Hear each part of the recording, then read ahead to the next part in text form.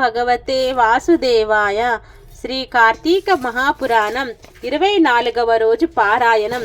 అత్రి మహాముని చెబుతున్నాడు. అగస్య కార్తీక మాస శుక్ల ద్వాదశిని హరిబోధిని అని అంటారు. ఆ ఒక్క పర్వతిథి వ్రతచరణం చేస్తే అన్ని తీర్థాలలోనూ స్నానం చేసిన, అన్ని విధాలైన యజ్ఞాలు ఆచరించిన కలిగే పుణ్యం ప్రాప్తిస్తుంది. విష్ణువు పట్ల ఏకాదశి పట్ల భక్తిని కలిగిస్తుంది. సూర్యచంద్ర గ్రహణ పర్వాల కంటే గొప్పది, ఏకాదశి కంటే 100 రెట్లు మహిమాన్వితమైన అయినది. ఈ ద్వాదశి నాడు ఏ పుణ్యం చేసినా పాపం చేసినా అది 1,000,000 రెట్లుగా పరిణమిస్తుంది. అంటే ఈ ద్వాదశి నాడు ఒకరికి అన్నదానం చేసిన 1,000,000 మందికి అన్నదానం చేసిన పుణ్యం, ఒక్క మెతుకు దొంగిలించిన 1,000,000 మెతుకులు దొంగిలించిన పాపము కలుగుతాయి. ఒకవేళ ఏ రోజుకైనా ద్వాదశి గడియలు తక్కువగా ఉన్న పక్షంలో ఆ స్వల్ప సమయమైనా సరే పారణకు ఉపయోగించాలే కానీ ద్వాదశి దాటిన తర్వాత పారణం పనికిరాదు. పుణ్యాన్ని కోరేవారు ఎవరైనా సరే ఏ నియమాన్ని అయినా అతిక్రమించవచ్చును, కానీ ద్వాదశి పారణను మాత్రం విసర్జించకూడదు.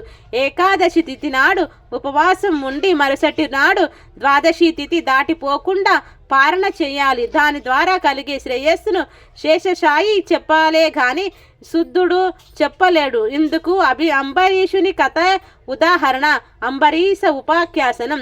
ద్వాదశి వ్రతాచరణ తత్పరుడు పరమ భాగవోత్తముడు అయిన అంబరీష అనే మహారాజు ఒకానొక కార్తీక శుద్ధ ఏకాదశి రోజు ఉపవాసం చేసి మరుసటి రోజు ద్వాదశి గడియలు స్వల్పంగా ఉన్న కారణంగా తిథి దాటకుండానే పారాయణ చేయాలని అనుకున్నాడు. అదే సమయానికి దుర్వాస మహర్షి వచ్చి ఆదిత్యమిషతో తనకు కూడా భోజనం పెట్టవలసిందిగా కోరాడు.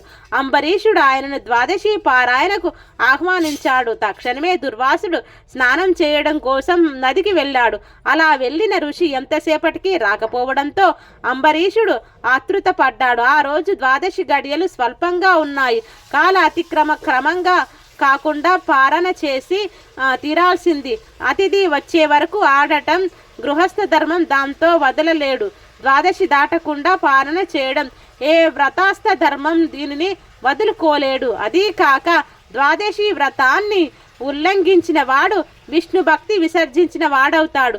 ఏకాదశి నాడు ఉపవాసం చెయ్యకపోతే ఎంత పాపం కలుగుతుందో ద్వాదశి నాడు పారాయణ చెయ్యకపోతే అంతకు రెట్టింపు పాపం కలుగుతుంది.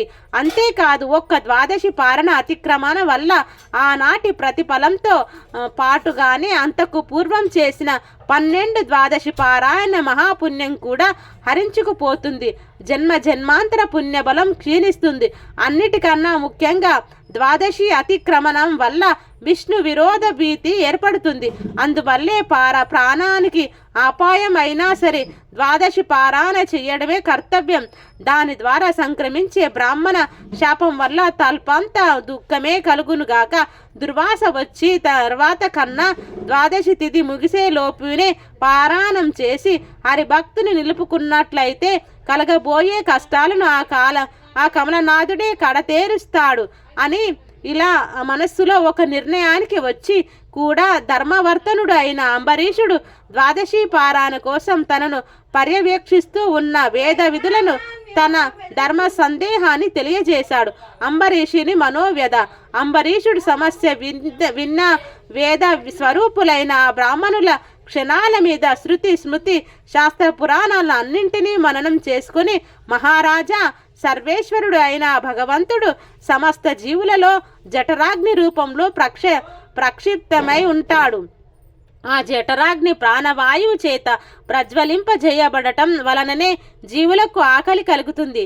దాని తాపమే క్షుప్త పాప బాధగా చెప్పబడుతూ ఉంది. కాబట్టి యుక్తాహారం చేత ఆ అగ్నిని పూజించి శాంతింప చేయడమే జీవలక్షణం. జీవులచే స్వీకరింపబడే భక్ష భోక్ష చోచ్య లేహ్య రూప అన్నాదులను వారిలోనే అగ్ని మాత్రమే భుజిస్తున్నాడు. జీవులందరిలోనూ ఉన్న జఠరాగ్ని జగన్నాథ స్వరూపం కనుకనే తన ఇంటికి వచ్చినటువంటి శూద్రుడైనా చండాలుడైనా సరే ఆ అతిథిని వదిలి గృహస్థు భోజనం చేయకూడదు. అటువంటిది బ్రాహ్మణుడే అతిథిగా వస్తే అతని విసర్జించడం అధమానధమనుని వేరే చెప్పనక్కర్లేదు కదా. పైగా తనచే స్వయంగా పిలువబడిన బ్రాహ్మణుడి కంటే ముందుగా తానే భోజనం చేయడం బ్రాహ్మణావమానమే అవుతుంది. భూసురమణం వలన ఆయుష్, ఐశ్వర్యం, కీర్తి, ధర్మం నశించిపోతాయి. మనోసంకల్పాలు సైతం తిమిరోహితులైపోతాయి. బ్రాహ్మణుడు సర్వదేవతా స్వరూపుడుగా చెప్పబడి ఉండటం వలన బ్రాహ్మణ అనవసరం సర్వదేవతలకు అవమానించడంతో సమానమవుతుంది. జాతి మాత్రం చేతనే బ్రాహ్మణుడు దేవతా తుల్యుడై ఉండగా కేవలం జన్మ వలనే కాక జ్ఞానం వలన, తపో మహిమ వలన శుద్ధ రుద్ర స్వరూపుడుగా కీర్తింపబడే దుర్వాసుడు వంటి ఋషిని భోజనానికి పిలిచి ఆయన కంటే ముందు పారాయణ చేయడం ధర్మమని చెప్పడం సాధ్యం కాదు. కోపిష్టి అయిన ఋషి సహిస్తాడనే భయాన్ని పక్కకు నెట్టి చూసిన బ్రాహ్మణ తిథి కంటే ముందుగా భుజించడం కీర్తికరమైనది మాత్రం కాదు. ధరణి పాల ద్వాదశి పారాయణ పరిత్యాగం వలన అంతకు పూర్వదినం అయిన ఏకాదశి ఉపవాసానికి భంగం కలుగుతుంది. ఆ ఏకాదశి త్యాగానికి ప్రాయశ్చిత్తం అనేది లేదు అంటూ బ్రహ్మాది తిథి అతిక్రమించడం వలన కలిగే విప్ర పరాభవానికి కూడా విరుగుడు లేదు. రెండు సమతూకంలోనే ఉన్నాయి. 24వ అధ్యాయం సంపూర్ణం. సర్వం శ్రీ